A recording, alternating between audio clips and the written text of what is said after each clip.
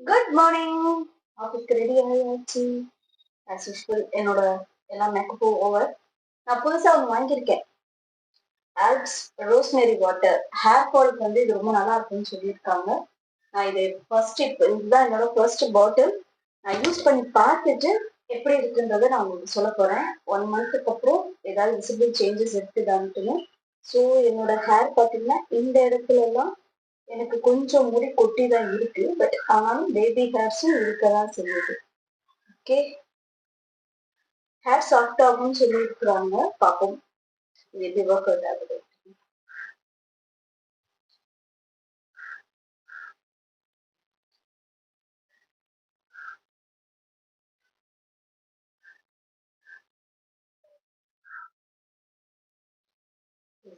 செக்ஷனா எடுத்து ஸ்ப்ரே பண்ண சொல்லியிருக்காங்க. ஸோ நானும் அதே மாதிரி பண்றேன்.